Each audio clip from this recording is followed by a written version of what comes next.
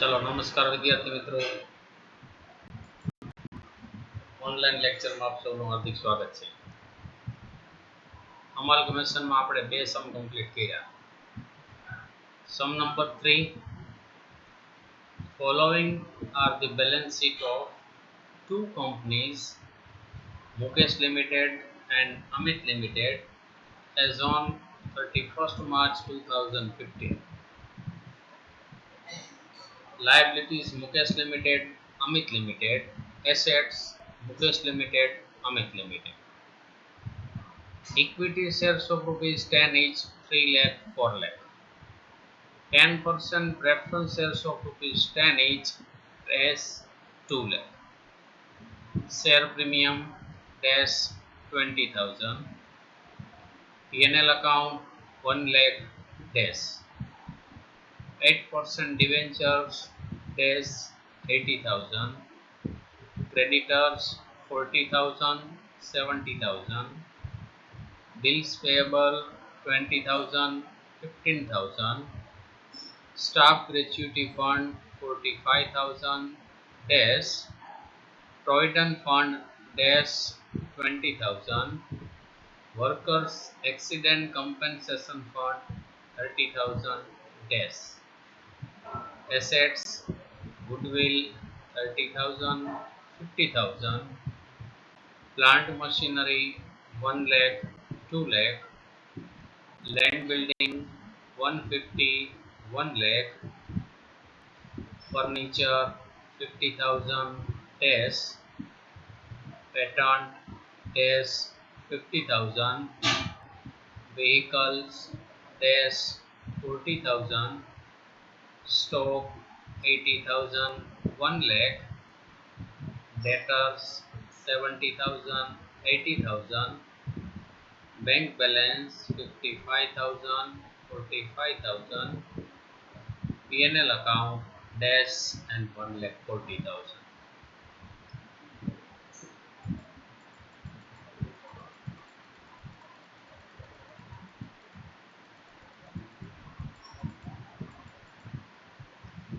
Both companies decided to amalgamate and form a new company, Praveen Limited, with authorized capital of rupees 15 lakh, divided preference shares 50,000 each of rupees 10.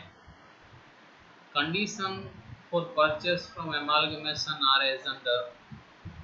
Number 1, Praveen Limited will issue 6 new equity shares, each of rupees 10 at 10% premium, and 6 preference shares, each of rupees 10 at par, in exchange of every 10 shares of Mukesh Limited. Number 2, Praveen Limited will issue 4 new preference shares in exchange of 5 preference shares of Amit Limited.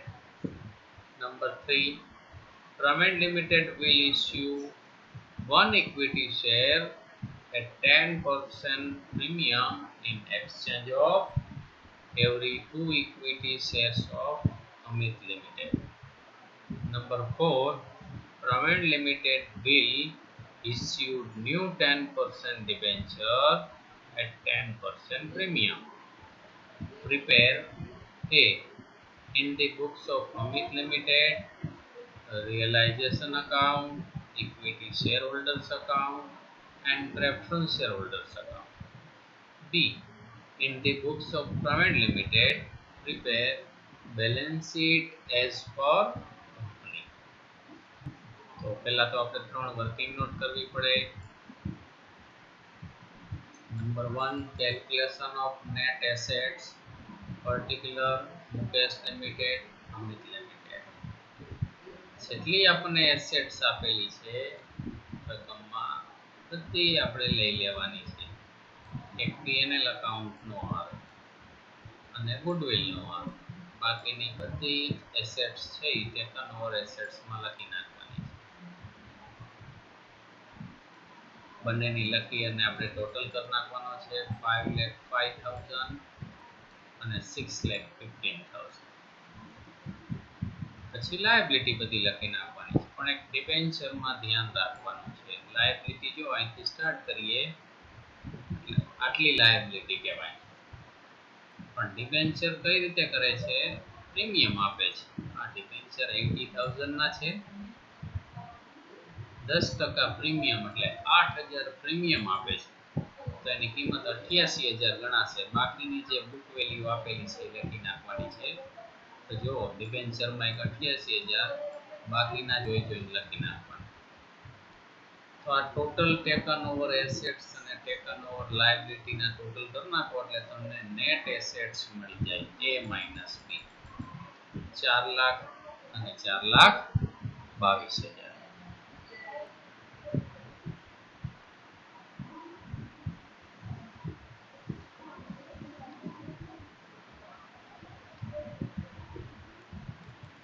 પછી બીજું purchase consideration, એમાં ખાસ ધ્યાન રાખવાનું છે. Mukesh limited અને Amit limited. તો જો પેલો adjustment,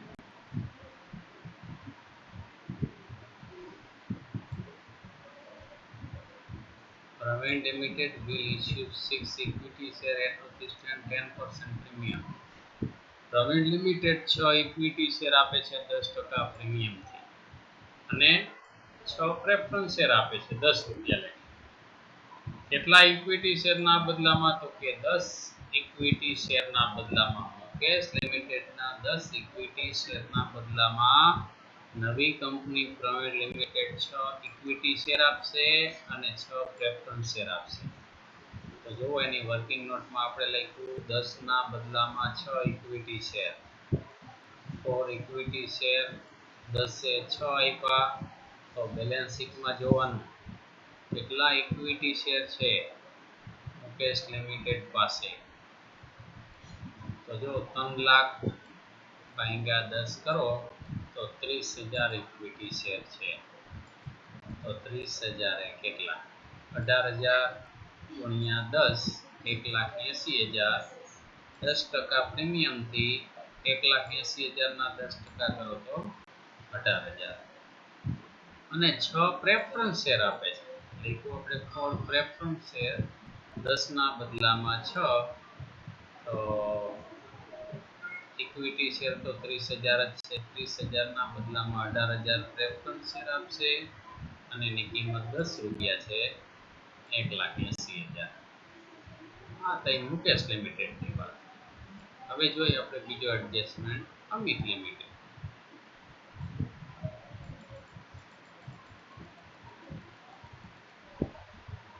Praveen Limited will issue 4 new preference share in exchange of 5 preference share of Amit Limited. Amit લિમિટેડના 5 પ્રેફરન્સ શેરના બદલામાં 4 પ્રેફરન્સ શેર આપે છે. તો આપણે લખ્યું જો 4 પ્રેફરન્સ શેર, 5 ના બદલામાં 4. બેલેન્સ શીટમાં જોવાના પ્રેફરન્સ શેર કેટલા? તો જો 20,000 તમને આપેલા હશે. 20,000 એ કેટલા? તો 16,000, 10 રૂપિયા શેરની કિંમત. તો અહીંયા લખ્યા આપણે 1,60,000. એના પછીનો એડજસ્ટમેન્ટ જોઈએ.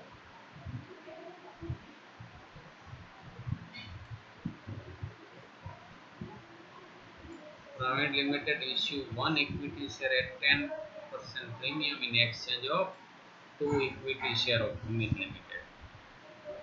અમિત લિમિટેડના 2 ઇક્વિટી શેર સામે 1 ઇક્વિટી શેર આપે છે 10% પ્રીમિયમથી.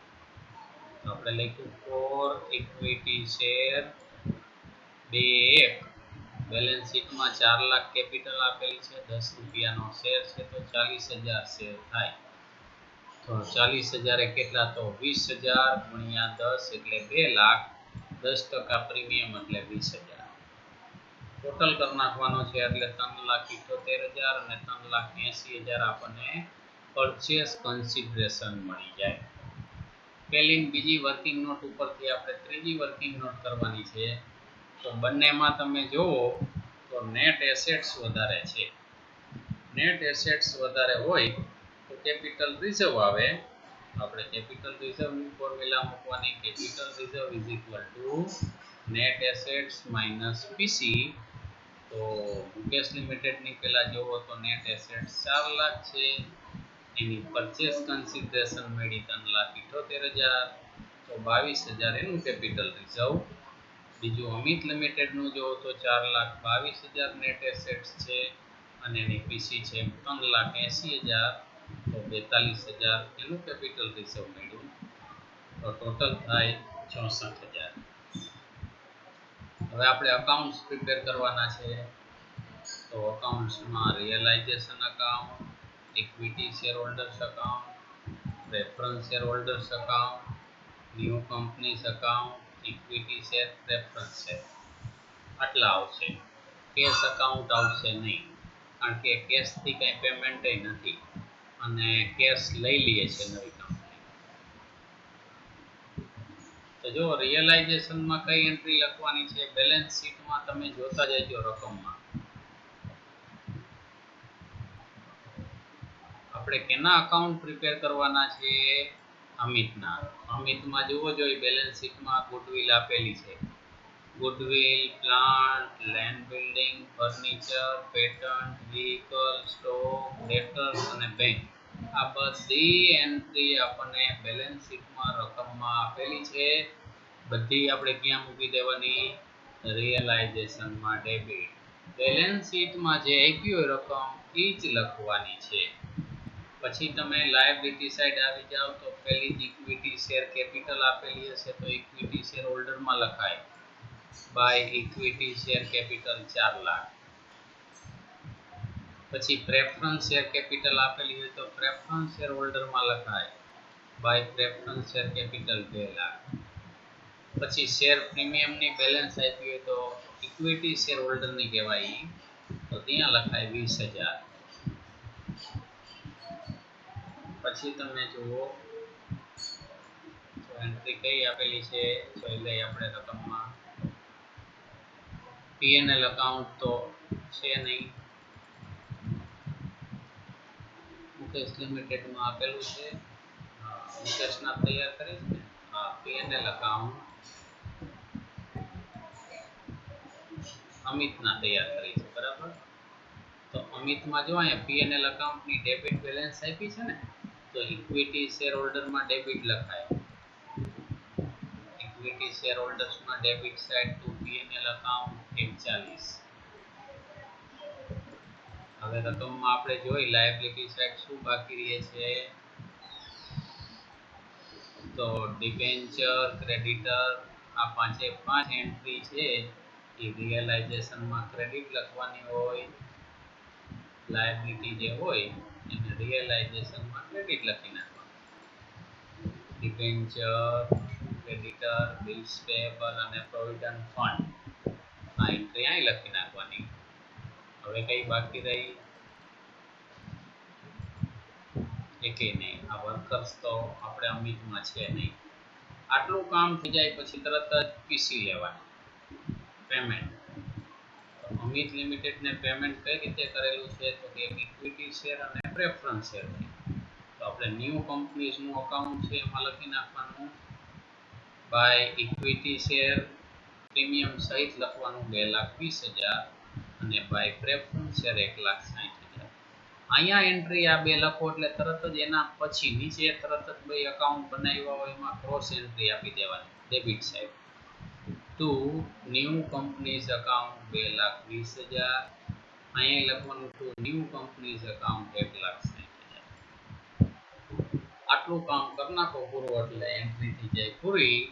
પ્રેફરન્સ શેરને ક્લોઝ કરવાનું, એને લઈ જવાનું પ્રેફરન્સ શેર હોલ્ડરમાં અને ઇક્વિટી શેરને ક્લોઝ કરીને ઇક્વિટી શેર હોલ્ડરમાં લઈ જવાનું. બે હોલ્ડરમાં જો ડેબિટ સાઈડ અહીંયા લખ્યું ઇક્વિટી શેર 2,20 અને અહીં લખ્યું પ્રેફરન્સ શેર 1,60. પછી આવ્યું ન્યૂ કંપનીઝ, તો આને રિયલાઇઝેશનમાં લઈ જવાનું 3,80,000. રિયલાઇઝેશનમાં credit side to new companies PC 380 અને બે હોલ્ડરના છે એ રિયલાઇઝેશનમાં લઈ જવાના. પ્રેફરન્સ શેર હોલ્ડરનું બંધ કરીએ આપણે તો આવે 40,000 અને ઇક્વિટી શેર હોલ્ડરનું બંધ કરી તો આવે 60,000.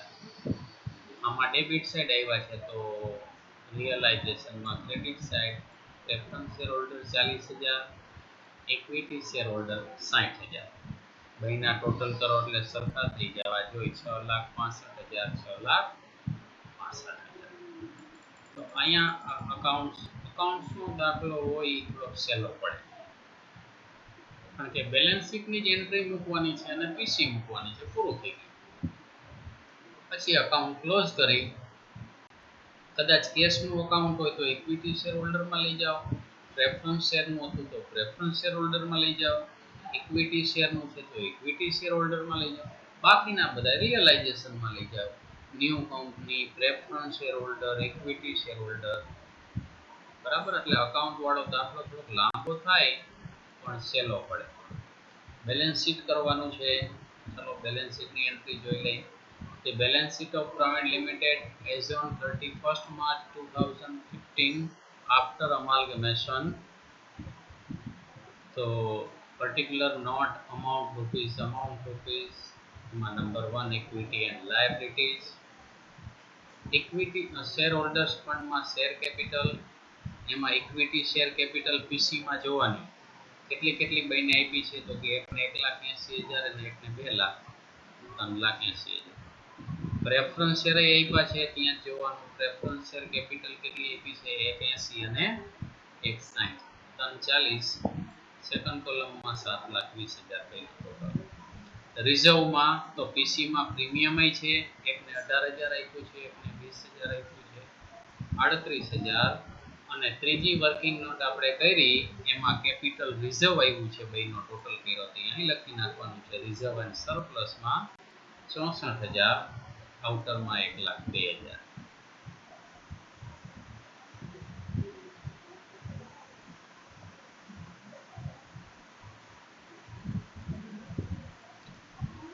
પછી નવી કંપનીએ ડિબેન્ચર લઈ લીધા છે 10% પ્રીમિયમથી, તો નોન કરન્ટ લાયબિલિટીમાં લખાય 10% ડિબેન્ચર 80,000 ના હતા, 10% પ્રીમિયમ 8,000 એટલે અમાઉન્ટ થઈ ગઈ 88,000. અને બીજી લાયબિલિટી કઈ લઈ લીધી છે એ આપણે લખી નાખવાની છે. કરન્ટ લાયબિલિટીમાં creditor, bills payable, staff gratuity fund અને પ્રોવિડન્ટ ફંડ બેના ટોટલ કરી અને લખી નાખવાની છે. આ ચારેયનો ટોટલ કરી અને સેકન્ડમાં જવા દો એટલે ટોટલ આવે 11,20,000. જોઈ લો.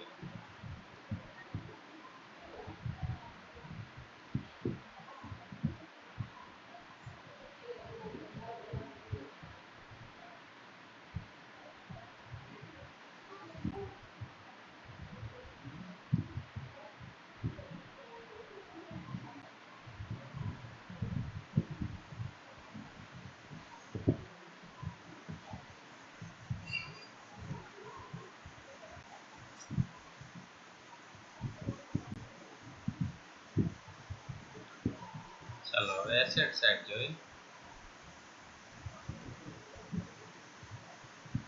એસેટ્સમાં નંબર 1 નોન કરન્ટ એસેટ્સ, એમાં કે ઇન્ટેન્જિબલ એસેટ્સ. તો જેટલી ટેકન ઓવર એસેટ્સ છે એમાં તમે જોશો તો જો પેટન્ટ છે, તો પેટન્ટને ઇન્ટેન્જિબલ એસેટ્સ કહેવાય, તો આપણે લખ્યા 50,000.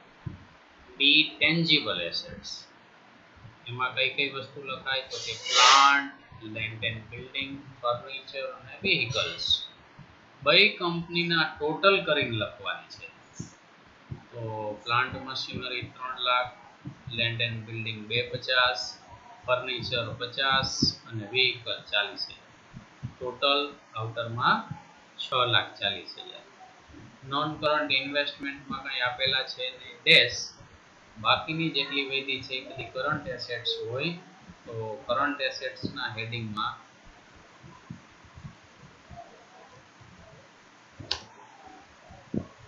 સ્ટોક 1,80,000, ડેટર્સ 1,50,000, બેંક બેલેન્સ 1,00,000, એટલે ટોટલ 4,30,000 અને બેલેન્સ શીટનો ટોટલ કરો એટલે 11,20,000. અહીં આપણા 3 દાખલા કમ્પ્લીટ થયા. હજી એક દાખલો આપણે લઈ લઈશું, 4 દાખલા થઈ જાય. પણ મેં તમને કીધું એમ કે હજી આગળ એક થિયરીનું ચેપ્ટર છે. એ થિયરીના હું તમને ગ્રુપમાં ફોટા નાખી દઈશ. એ થિયરીના 2 પ્રશ્ન આવશે 17.5 માર્કના, અને એક લિક્વિડેટરનું ચેપ્ટર થોડુંક સહેલું છે. એ ચેપ્ટરના આપણે દાખલા લેવાના છે, પણ આના 3-4 દાખલા કરાવી નાખીએ. આ અઘરું નથી, લાંબુ છે.